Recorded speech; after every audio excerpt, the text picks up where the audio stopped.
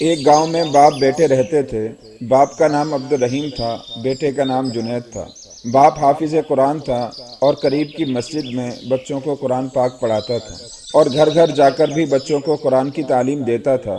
اس گاؤں میں عبد الرحیم کا بہت نام تھا۔ اس کی وجہ یہ تھی کہ عبد الرحیم اس گاؤں کا پرانا رہنے والا تھا اور بہت ہی نیک اور شریف انسان بھی تھا۔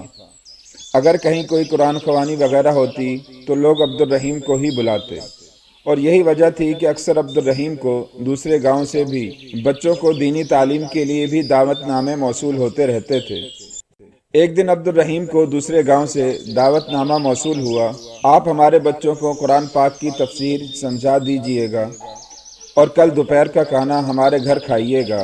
عبد الرحیم نے ہر دفعہ کی طرح جنید اپنے بیٹے کو ساتھ لیا اور اگلے ہی دن دونوں دوسرے گاؤں کی طرف روانہ ہو گئے۔ راستے میں اچانک طوفان اور آندھی نہ جانے کہاں سے آ گئی، اس وجہ سے ایک درخت سیدھا جنید پر آ گرا۔ جنید کو بہت چوٹ لگی، جس کی وجہ سے وہ ٹھیک سے کھڑا بھی نہیں ہو پا رہا تھا۔ باپ نے جیسے تیسے بیٹے کو اٹھایا اور اٹھاتے ہی کہا کہ اس میں بھی اللہ پاک کی کوئی نہ کوئی بہتری ہوگی۔ بیٹا یقیناً تم بالکل پریشان مت ہو۔ بیٹا جو درد سے کرا رہا تھا وہ تکلیف سے روتے روتے بولا، میری دونوں ٹانگیں ٹوٹ گئی ہیں شاید، اور مجھ سے ٹھیک طرح سے کھڑا بھی نہیں ہوا جا رہا، اور آپ کہتے ہیں کہ اس میں اللہ کی کوئی بہتری ہوگی۔ ابو بھلا اس میں اللہ کی کیا بہتری ہو سکتی ہے کہ مجھے چوٹ لگے اور اس میں بھی اللہ پاک کی بہتری ہو؟ یہ آپ کیا کہہ رہے ہیں؟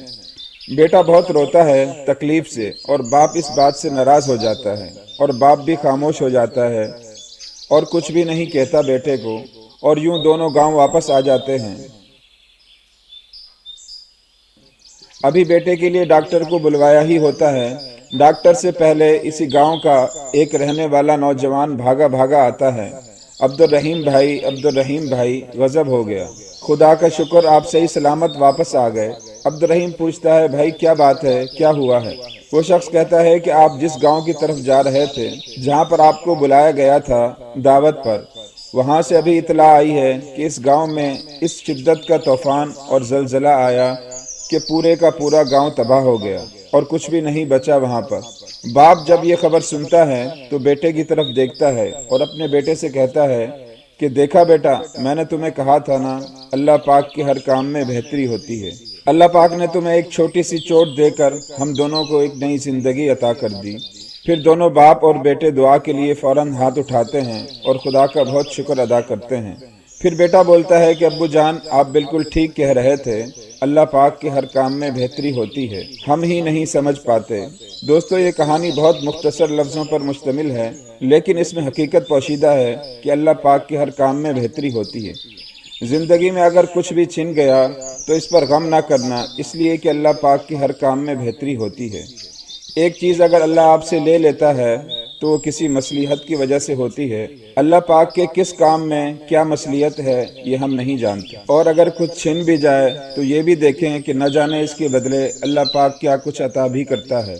بے شک یاد رکھیے گا، ہم وہ چاہتے ہیں جو ہمیں پسند ہے، لیکن اللہ تعالیٰ غفور الرحیم ہے، انسان کے دل میں چھپے چھوٹے سے چھوٹے راز سے بھی واقف ہے، اس لیے اللہ پاک وہ عطا کرتا ہے جو ہمارے لیے بہتر ہے۔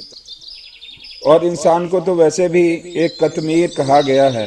اس لفظ کا مطلب ہے کھجور کے اندر جو گٹھلی ہوتی ہے، اس گٹھلی کے اوپر جو باریک سی جھلی نما ایک پرت ہوتی ہے، اسے کہتے ہیں قطمیر۔ اس کا بھی انسان مالک نہیں، تو کس بات کا غم کرتا ہے جب انسان کا کچھ ہے ہی نہیں، سب اللہ پاک نے دیا ہے۔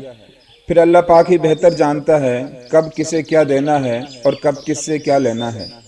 اللہ پاک ہم سب کے لیے آسانیاں پیدا فرمائے اور آسانیاں تقسیم کرنے کا شرف بھی عطا فرمائے، آمین۔